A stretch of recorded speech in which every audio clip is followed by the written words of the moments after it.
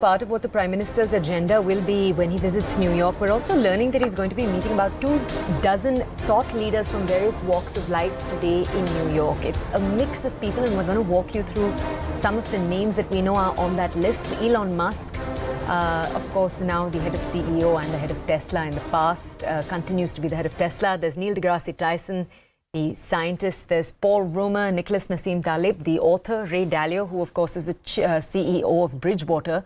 There are a few other names on this list. I'll wait for my colleague Pallavi to join us. Pallavi, could you bring us more details? I know there are more names on the list. Could you tell us more about each of these leaders' contexts?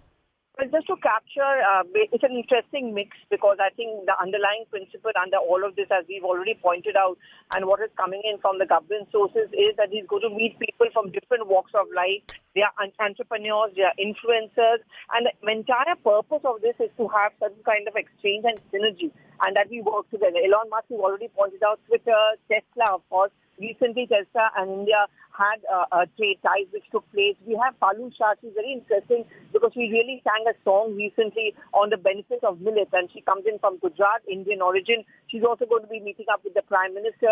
Then you, of course, have the economists. You have strategists. For example, you have Roma, who's a very well-known economist. And basically people from different walks of life, actors. The whole idea behind meeting these kind of influencers of people from different walks of life when the Prime Minister is going to be... Okay, I think we've actually lost that connection with my colleague Pallavi. Until we're able to re-establish that connection, we'll continue to stay on this story with this meeting taking place in just a little while from now. Now, my colleague Zaka, as we told you a little while ago, is on the ground in the United States. He's in New York right now. Let's take a look at the details he brought us. So it's a big week, clearly, for Indian diplomacy. Prime Minister Narendra Modi is undertaking his first ever state visit to the United States in his 9 years as Prime Minister. Remember, he's been here 6 times in the last 9 years, ever since he assumed Prime Ministership. But this is the first time that he will be the recipient of all the pomp and ceremony and the grandeur of a state visit. There's going to be the state banquet that's going to be hosted at the White House. That's going to happen on Thursday. But before that, first he comes here to New York City, to the Big Apple. He will be leading the Yoga Day celebrations at the UN headquarters, which is on the Upper East Side, the iconic UN headquarters building at 6 a.m. New York time. Prime Minister Modi, along with diplomats, including the UNGA President, the United Nations Security Council Secretary General, all of them will be part of the Yoga Day celebrations. That's going to happen on Wednesday, 6 a.m. local time here in New York City.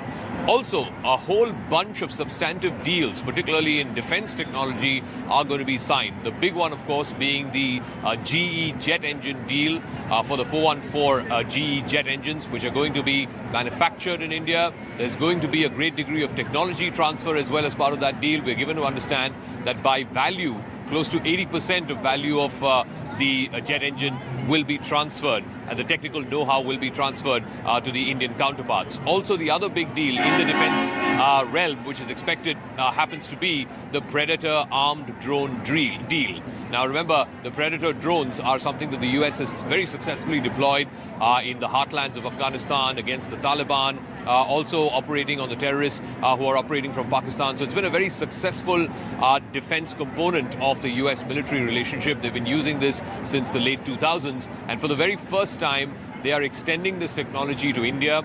We are given to understand that all 3 services, the Army, Navy and the Air Force, had expressed interest in buying some numbers of the Predator armed drones.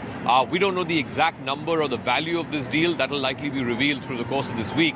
But I think it's going to be substantive that for the first time, an unmanned aerial vehicle deal of this nature is being signed between the United States and India. And of course, the commercial partnership will also be extended. There are a whole bunch of CEOs that the Prime Minister will be meeting, both here in New York as well as, of course, in Washington, D.C. He will also be taking part in a US IPF event as well. So it's going to be a packed itinerary for the Prime Minister over the next 3 days, both here in New York as well as in Washington, D.C.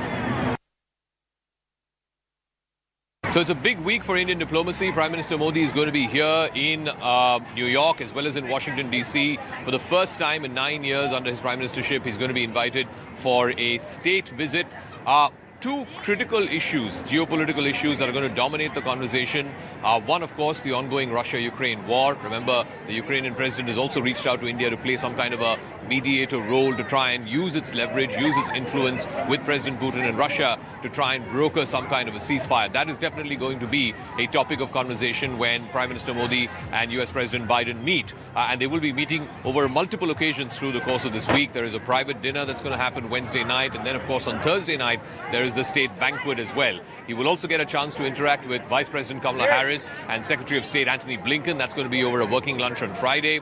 But the Russia-Ukraine war is a very, very big backdrop for this conversation. And also remember, India is hosting the big G20 summit in early September. So it's going to be something that is absolutely critical because the joint communique solely depends, or to a great extent depends, on all 20 countries being able to agree on the language and the texting of the joint communique. Remember last year in Bali, in Indonesia, when that country hosted the G20, the negotiations went on for a number of hours, and finally at the nth hour, they were able to negotiate a draft that was acceptable to all countries, including, of course, to Russia and to China. Whereas this year, in the previous meetings that we have seen, whether it was the foreign ministers meeting that happened in Delhi back in March, or whether it was the finance ministers meeting that happened in Bangalore, the G20 leaders were not able to arrive at a consensus on the draft language, particularly vis-a-vis the Russia-Ukraine war. In fact, the External Affairs Minister said on 99% of the issues we had agreement, we had consensus. There was one issue which we could not, and that, of course, was the Russia-Ukraine war. The other big issue of discussion will be, of course, China. India has its own internal problems with China vis-a-vis what happened from April 2020 with Galwan and the change of the status quo, as it were. And of course, that is something that India is dealing with. It's pushing back against Chinese aggression at the line of actual control, but also in the wider Indian Ocean region. India is, of course, an active member of the Quad.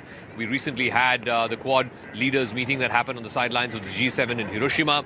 But how can the Quad be more actualized in terms of preparedness for any kind of a military confrontation? Not necessarily between these four countries and China, but for example on Taiwan, where for China, they consider it a core interest of theirs, but at the same time, the rhetoric has been raised to such a high level by the Chinese that it seems like, and this is the perception amongst geopolitical experts and geostrategy experts, that it might be difficult for Xi Jinping not to be seen as taking some kind of a proactive, maybe even a military measure to try and reunify Taiwan. And he'll have to do that before the end of his current tenure. So all of this will form the backdrop, geopolitical backdrop certainly, when conversations happen between US President Joe Biden and Prime Minister Modi during the course of this diplomatic visit. Now, one big area of cooperation that has emerged in recent times between India and the United States is in critical emerging technologies. You saw how a few months ago, Jake Sullivan, the US NSA, had come to India and they had agreed upon something called ISET, the agreement on critical emerging technologies. Sullivan was there last week as well, firming up a big deal under ISET to be announced when the Prime Minister is going to be here this week in New York as well as Washington, D.C. Now, why this has emerged as such a critical area of cooperation is because ever since COVID happened and the world started realizing two factors. One, how much it was dependent on China for its supply chains, particularly when it comes to high-end electronics, smartphones, so on and so forth. And two, that more than 90% of the world's semiconductors were being manufactured by one company, the TSMC, the Taiwan Semiconductor Manufacturing Company. And because of the elevated level of rhetoric, including sometimes military rhetoric that we were seeing from China as far as the Taiwan issue is concerned, suddenly it came to the fore in the last few years that if there were to be some kind of a military confrontation between China and Taiwan, and the United States will have to inevitably get involved, then one area that is going to be very badly affected, or at least has the risk of being badly affected, is that of semiconductors. So India, among other countries, has sensed this opportunity to try and diversify the manufacture of semiconductors. So we're given to understand a big deal is on the anvil as far as manufacture of semiconductors is concerned. It is, of course, in the interest of the United States as well as big European countries, even countries like Japan and South Korea, which are big electronics manufacturers, to try and reduce their dependence on Taiwan for semiconductors, both from a technology point of view and also, of course, from an import-export point of view. So clearly, this is going to be one of the critical areas of cooperation between India and the